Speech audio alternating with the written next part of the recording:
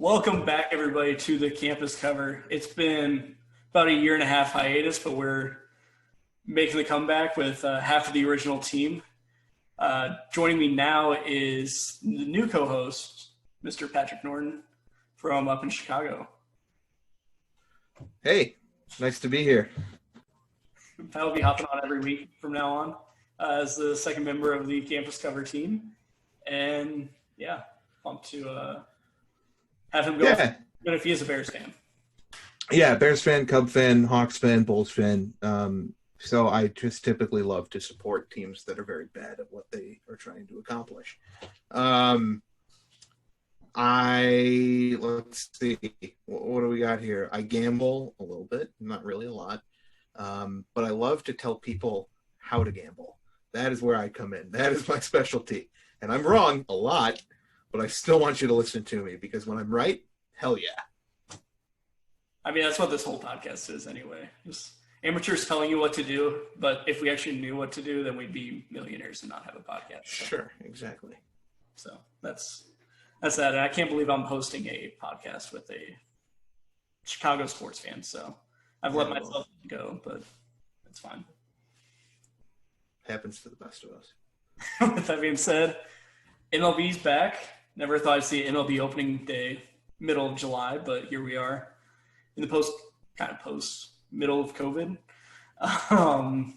We got 2 games starting on Thursday with the rest teams picking up Friday and playing a 60-game schedule. So it'll be an interesting show, what a shortened MLB season would look like for maybe future rule changes or really any of these other rule changes they're proposing, seeing how those shape out in the future. But so looking at this 60-game season, obviously bets are different.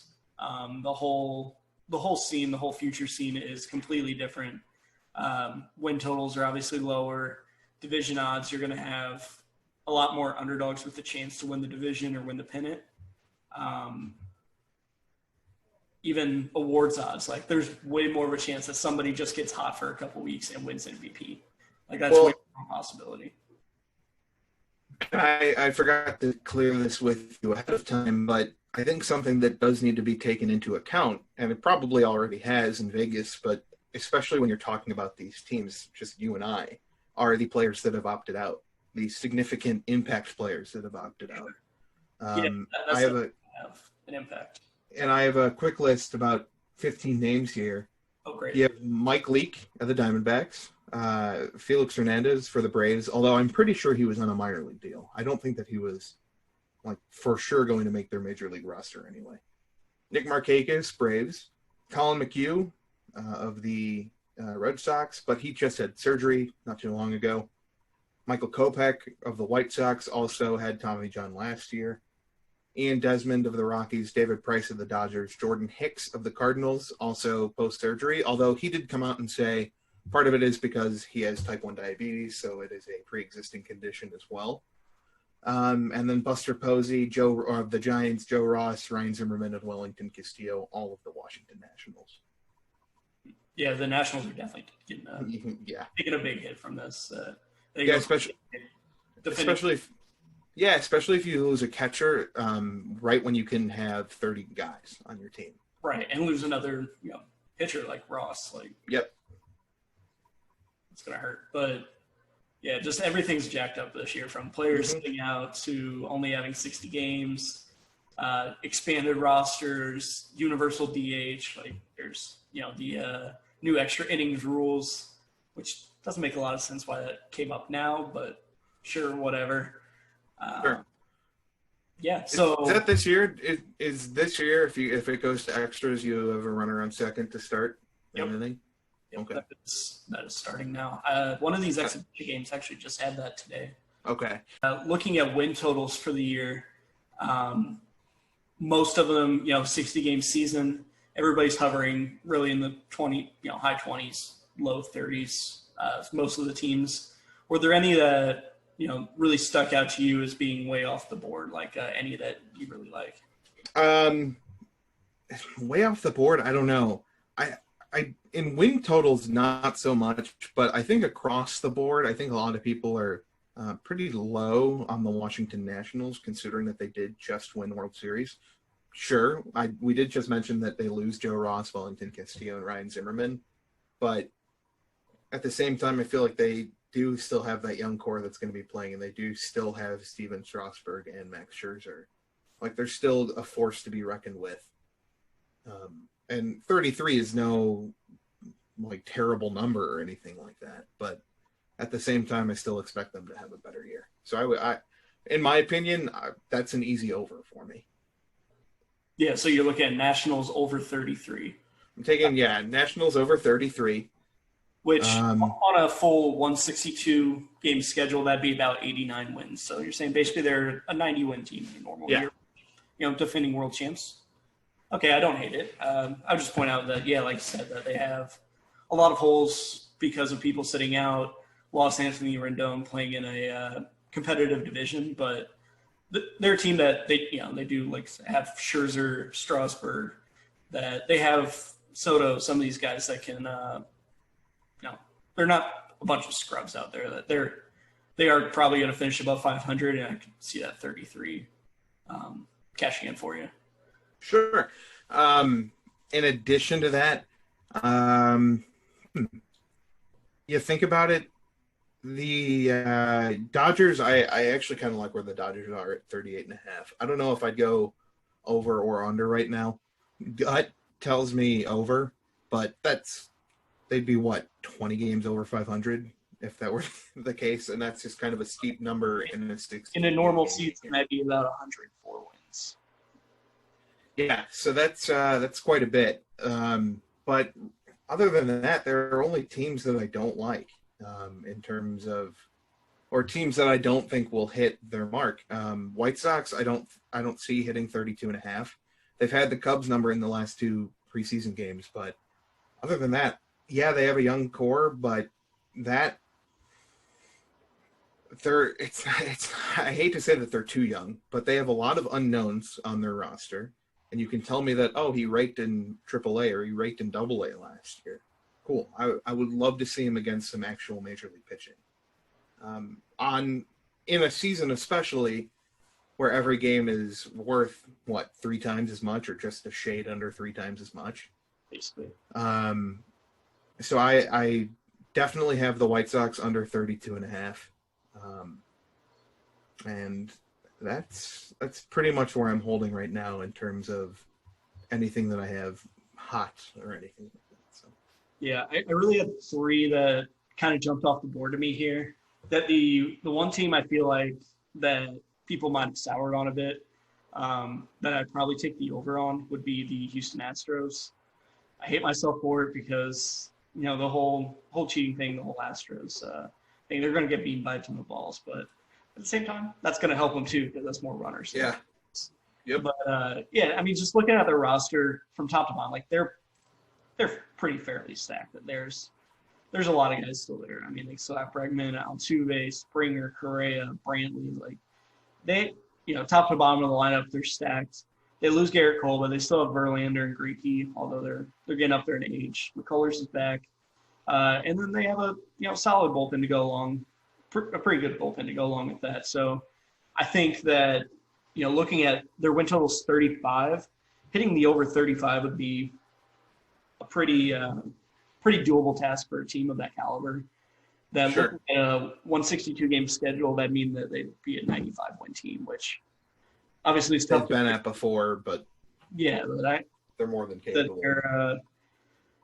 I think that they're in pretty solid company, and I think they're maybe the team to be in the American League, which we'll get to that part later. But then there were 2 teams that stuck out to me that I wanted to take unders on.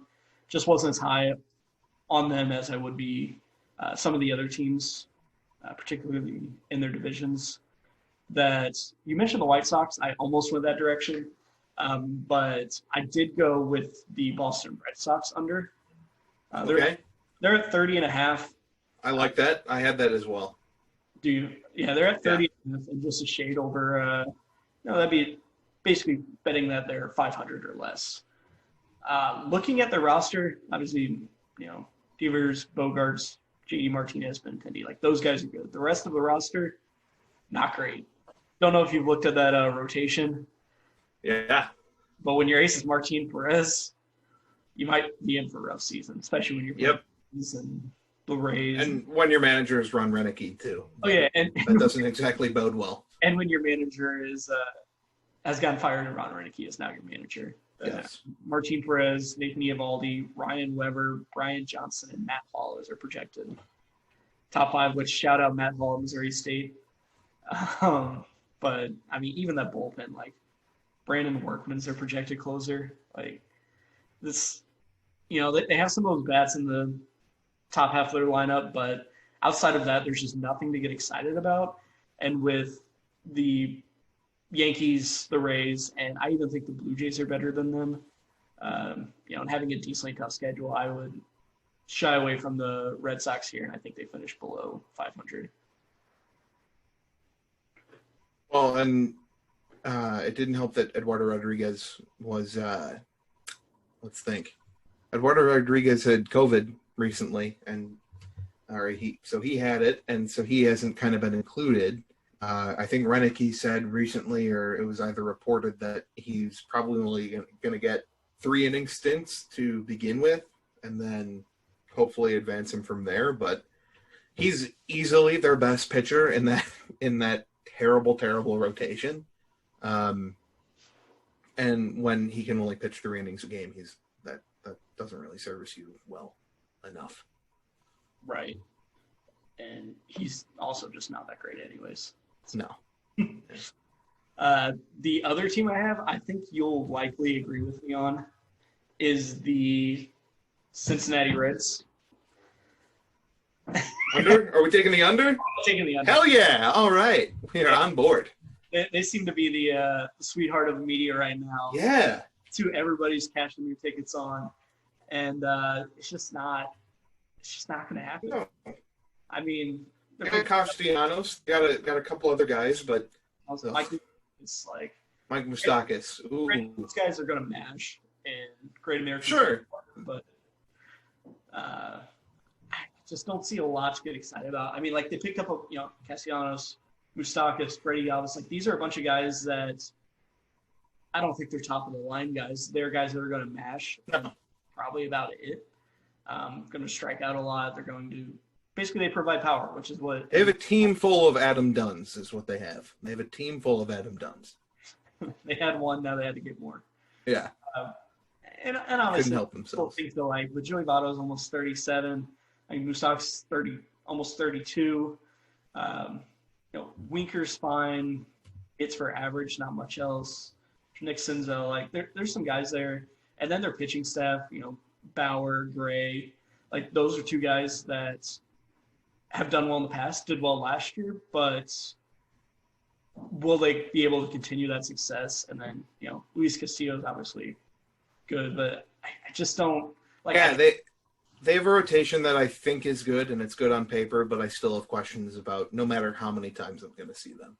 Right, and obviously anybody can catch fire for a couple weeks and sure basically punch their playoff ticket, but this is a team I see playing in this really tough division with 3 other contenders for the division that I think they're going to run into some roadblocks, and likely I think they're probably like the least put together team in that NL Central race, where like they just don't have that factor for me. Yeah, can I get your opinion on a team really quick? What team? I want to know what you think about the Los Angeles Angels of Anaheim of California. Okay, I mean, I don't know what, like, they have the guys like Trout, Rendon, Upton's still fine. Like, Simmons great on defense. Ohtani's hitting well. Like, they have a lot of those names, a lot of those guys. I just think the pitching's likely going to be the downfall there. Yeah. And I think they'll probably be good. The win total we have is at, I guess I should have said all these win totals are coming from Bovada as of the morning of July 22nd. Yeah, let's see. The win total we have on the Angels is 32. 32, yep. That feels – that's fine to me. They'll be in that range, 31, 32, 33, somewhere around there. Nothing exciting, but they could definitely compete for a wild card spot. Yeah, that's what I'm feeling, but I'm also not as high on the Astros, so that kind of changes my AL West picture just a little bit. I think that they contend for. We'll get to that in a minute, but I think that they are. I don't think that they contend in the playoffs, but I think that they contend for a playoff spot. Yeah. As dumb as that sounds, and I know that you're not the biggest Joe Madden fan in the world, but I think that they can work, kind of a thing. Yeah, the bullpen might be an issue looking at some. Sure, especially in a 60-game season when you kind of need the bullpen to be good all the time.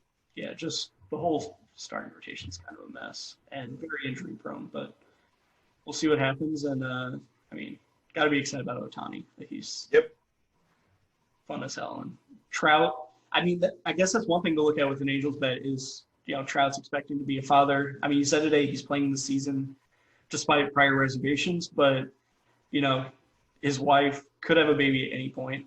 But, if she's due in August, it could come at any point over the next month. And you don't know how that changes. And when that happens, how long will he have to, how long will he be out for that? How long will he have to quarantine before rejoining the team? Sure. Home birth. Just do a home birth, and then he doesn't have to quarantine. Yeah, cut the cord yourself, my friend. But so you don't know how that affects it, and if you have Angels without Mike Trout, that's a different team. So, moving on here, though, we got let's go to divisional odds. Were there any teams you like to win the divisions? In terms of winning the divisions, I think that it's pretty straightforward, and I think that these odds are fine. But in terms of best odds, or how to make some dough on these, I really like the Indians to win the AL Central. I know that the Twins are very good, and they have a dominating lineup, or can have a dominating lineup, but the Indians, I just feel like, have always been there, and with Jose Ramirez and with Lindor and that just core of players, then I feel like they're just in a good spot. I know that they don't have Kluber, and I know that they don't have Trevor Bauer anymore, but still. Yeah, they're fine. I think the Twins are probably the best team in the division. But sure. I'm not laying 150 on them. So, 3-1 on the Indians, I don't mind that. If you like the Indians at 3-1, if you like the White Sox at 3.25, that's either. I think Nationals not even having the best odds in their own division. I think that's not something to look too far past. That was actually the one divisional race that one is one I wrote down that I wanted to talk about. Is I have, they're favored to win the division, but in my mind, that I fully think this team is going to win their division, is the Braves at plus 175. Okay, I'll give that to you. That's not a bad one. It's a very close division. I think that the Mets are kind of at the same pedestal that we have put the Reds on, where they're, for some reason, a favorite of the media, but from the naked eye, at least, they don't. We just saw that Marcus Stroman tore a muscle in his calf, I believe. Yep. He'll miss some time. Jed Lowry is never, ever going to play for the Mets. And they're just dealing with a ton of injuries down the line. And so I don't exactly see why they're so high up here, or why their odds are so, I don't want to say low, but in my opinion, if you're going to take anybody in that division, or let's say that you don't want to take the Braves or the Nationals, you take the Phillies. I'm not putting any money in my life on the New York Mets to win anything. Right, because everybody's going to get hurt. Now, it would be even better if the Braves still had Yasiel Puig, but that deal fell through. Yeah. But, Marcell Ozuna is a great addition to that team. And, that lineup's just going to be scary, man. Freeman's back, fully healthy, hopefully. All these, Acuna, Ozuna, Swanson, Duvall. It's a good lineup throughout, yeah. Yeah. Even their pitching, yeah.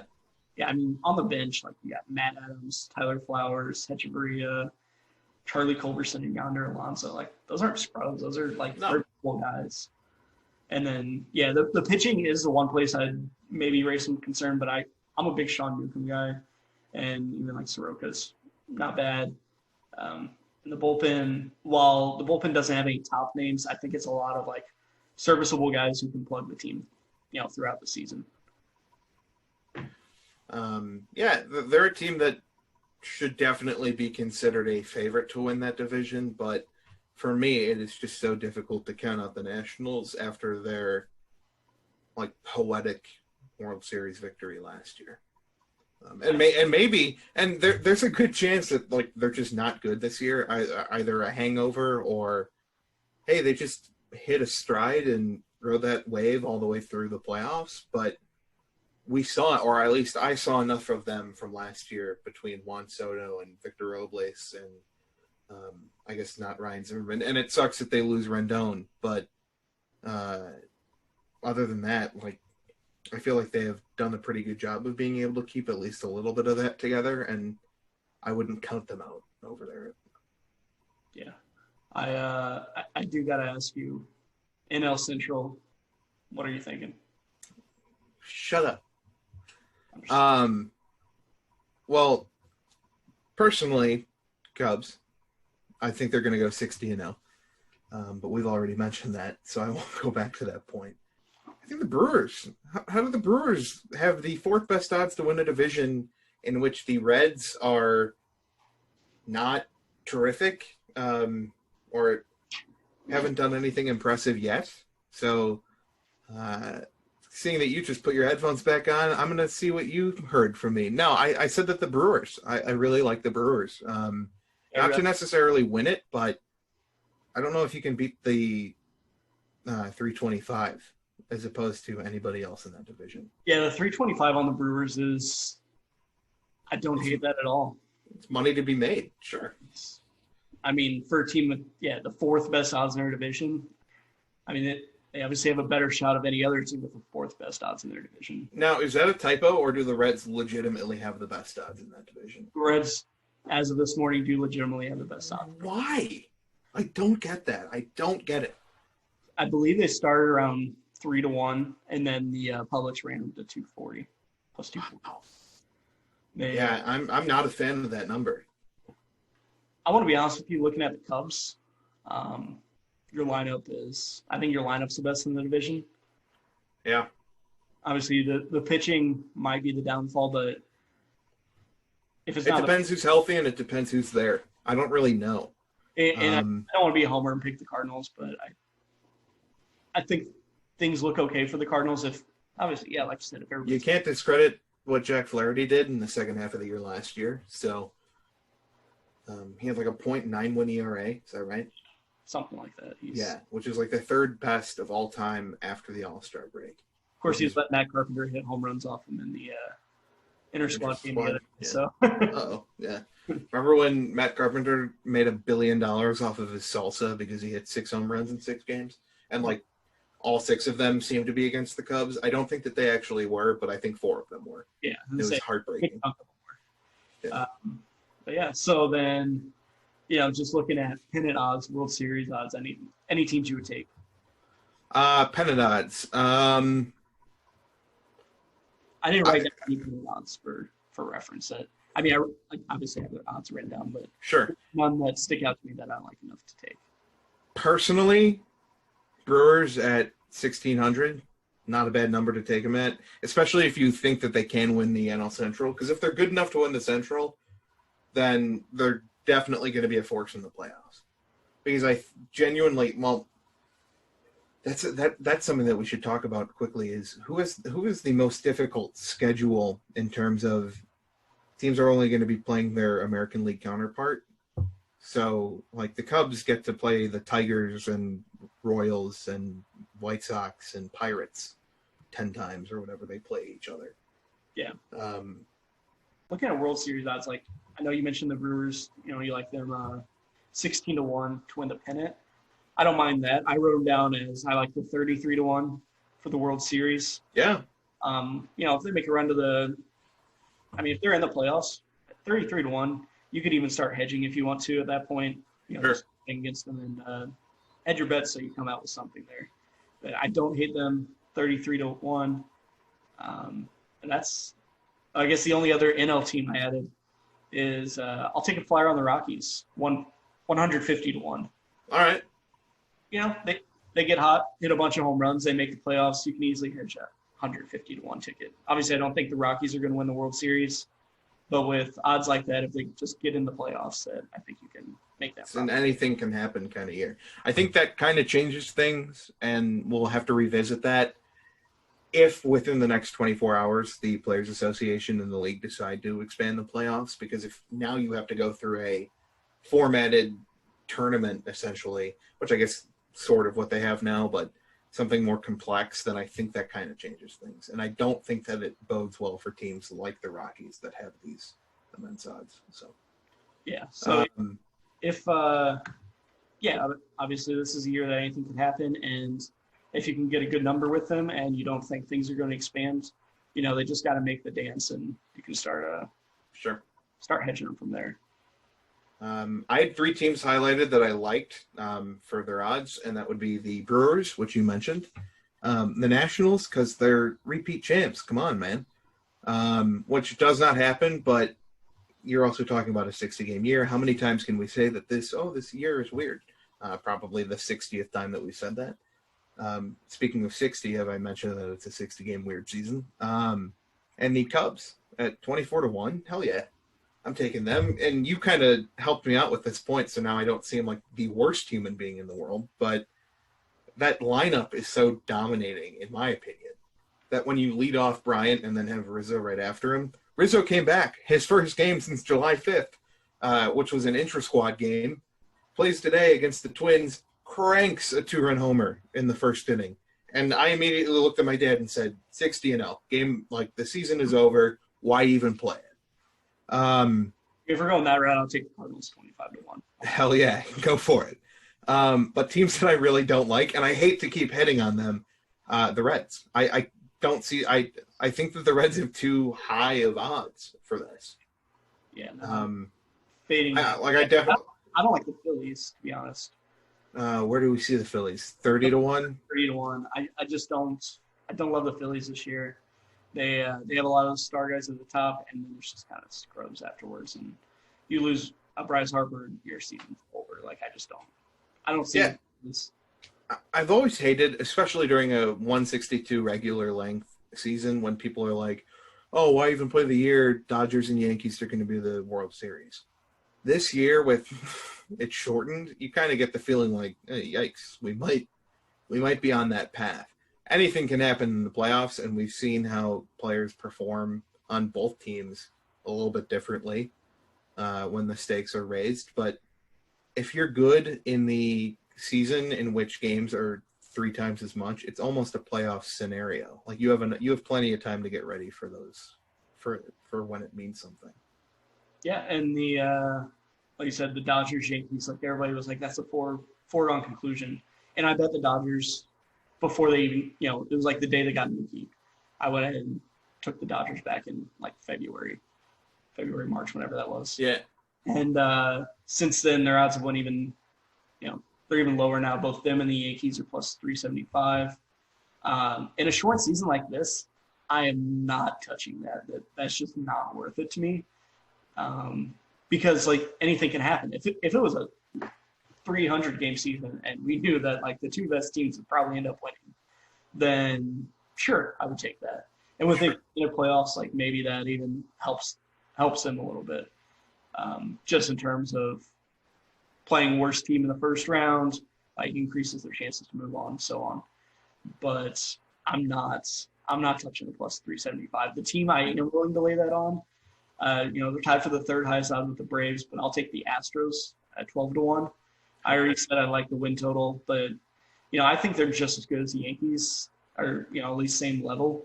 So if you can get the Yankees at 375, but the Astros at 1,200. Like, I will give you that, but I think until people see that the Astros are as good without the aid of technology as was reported, then I think that people will be too concerned or too worrisome to put significant money on them. And that's fine. As people are scared of it, as people are, shying away from the Astros, like that's when we're just going to, swoop in there and Sure. make money on them.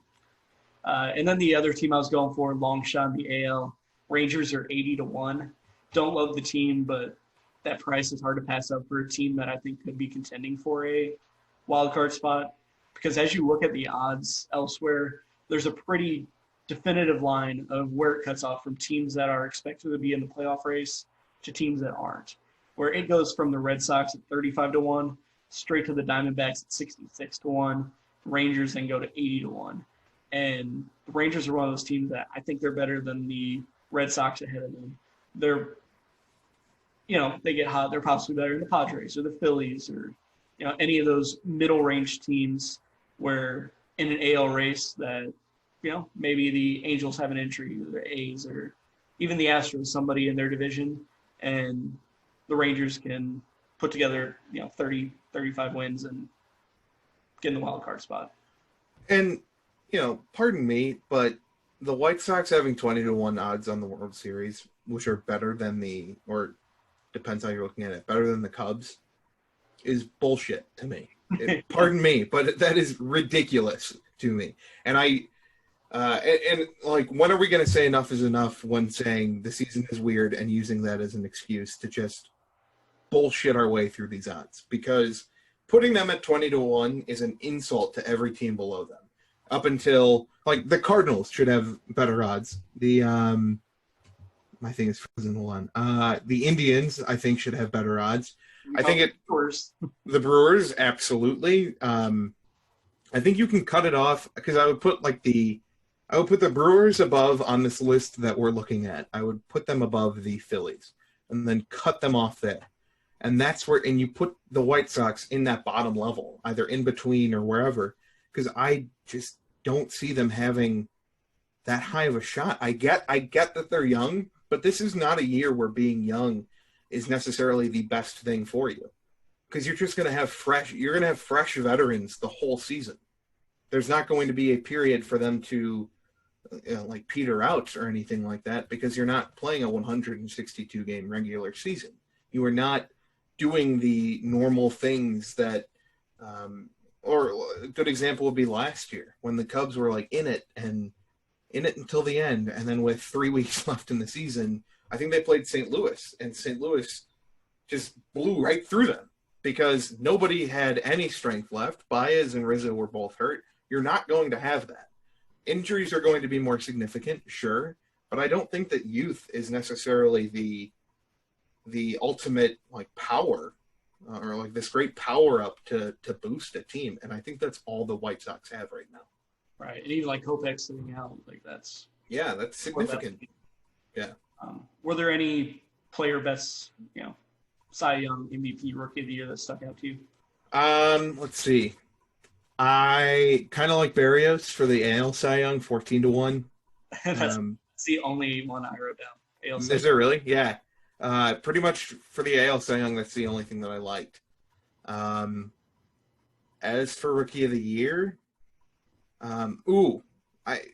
you're going to be shocked, and the odds may have changed because he was just announced, I think, as opening day starter. For Kansas City, Mike Matheny named Brady Singer the opening day starter, and it's possible that they option him back after he makes the start. But considering that nobody was confident that he was going to play even this year in the majors, I would totally love it to see the Royals get Singer all year, or keep him all year and have him win Rookie of the Year, because he's definitely a candidate that I could see doing that. And at 51-1, why not just put a penny on him? I don't care. Right. Yeah, 55-1, you might just want to take that. Yeah. I mean, one I really like, I didn't write it down on here, but Nick Madrigal from the Bucks, 35-1. And I mean, he's not going to hit for any power, but he did have 27 doubles because of his speed in the minors last year between, high A, double A, and triple A. It also added 35 stolen bases. So yeah, he doesn't have a lot of power, but he can still get extra base hits with the speed and makes up for that power deficiency with the speed and contact. Did you like anybody for AL MVP? Because I was not a fan. No, I didn't write down. I didn't like anybody for MVP. no MVP. Yeah, I wouldn't say that I'd take the field because I think that it's until somebody proves me wrong, it's Trout's award to win every year. Although this year could obviously be different if he takes an extended absence. I mean, this is the year where just it might be nobody on the board here wins the MVP, and that's just Yeah, somebody could take have the a, field. Dominic Brown hit 20 home runs in May that one year. Somebody could just do that for a month, Yeah. home runs and. Well, I forget who it was. Somebody said, I think it was Chipper Jones on ESPN the other night, said Kyle Schwarber's going to hit 35 to 40 home runs this year. Hell yeah, if he does. MVP of the league. Yeah, put him in the Hall of Fame. So, And that's why my one Cy Young that I like in the NL comes from that same logic that, starters aren't going to get a lot of starts, and early in the season, they're not going to get ramped up to go late in games. So I think that Cy Young voting is going to look at a lot of relievers this year. And so Josh Hader at 50-1, I don't hate that at all because he's probably going to have an ERA under like 0.7 and just a ton of strikeouts. Sure, until Craig Counsell pitches in 5 games in a row and he's throwing like 94 at that point. Probably that'll happen. Yeah. I wrote down, but I don't know if I would actually pull the trigger on anything like this, but I like Flaherty at 6.5 to 1. And Walker Buehler, of course, but those are too flashy for me. And those are, as you kind of mentioned, those are starters who kind of rely heavily on going late into games and being there for their team into the 8th inning on a consistent level too. And I don't think that you're going to see that until maybe the last 2 weeks of the season. So, yeah. Well, that covers all the futures bets that I would be looking at this year. It's just going to be a weird year. As far as opening day goes, on Thursday we just got the 2 games: the Yankees Nationals and then Giants Dodgers. There's just one game that sticks out to me this weekend. Or I should say opening day between Thursday and Friday is, if you're not taking the Dodgers against the Giants, I'm not going to take Johnny Cueto. And so if you can get, the Dodgers Dodgers 5-inning line, take them minus half a run is you're laying 185 on it. 185 to win $1. So I don't hate that at all. Just betting that Kershaw's going to outduel Cueto through 5. Sure. Is Kershaw their opening day guy? Kershaw is, yeah. Okay. 2 quick bets that you can find on the Nationals and Yankees game for Thursday night. Have nothing to do with the game itself, but with the fact that Anthony Fauci is throwing out the first pick. There are 2 bets. One, and I don't have the odds off the top of my head, but one of them was, will he be wearing a mask? And the second one was, will he bounce the pitch? So let me see if any of those would come up. I think he wears a mask. Here's my official pick. He's going to wear a mask, and he's probably going to bounce the pitch. He's for sure going to wear a mask. If he didn't wear a mask. It would be the story. It would be a bigger story than the game itself. He would get crucified if he didn't. So. Oh, big time. So I'll say he wears a Nationals mask, or is he wearing one that's FDA approved? Not FDA. That wouldn't really make a lot of sense, but yeah, you can eat it after. It's a candy covered mask. I was trying to see if I could find those odds here, but I got nothing so far. I forget where I saw them, but I did see them. Maybe they were on Twitter. Maybe I'm making it up. I promise you I'm not. They're not on Bovada, but they might be on Twitter somewhere. So okay.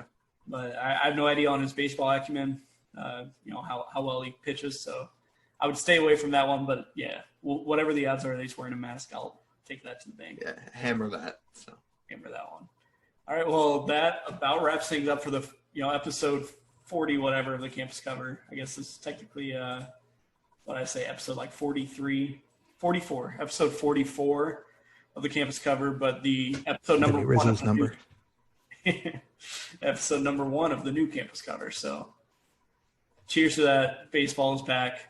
We'll probably talk some hockey next week. Cool. And basketball. We got basketball coming back. Basketball's coming up. And stay tuned. We'll be getting a lot of videos up on social media on YouTube, maybe some live streams, and we'll in the future we're going to start having guests and be looking out for that. So see everybody later. Enjoy. And Peace. Deuces.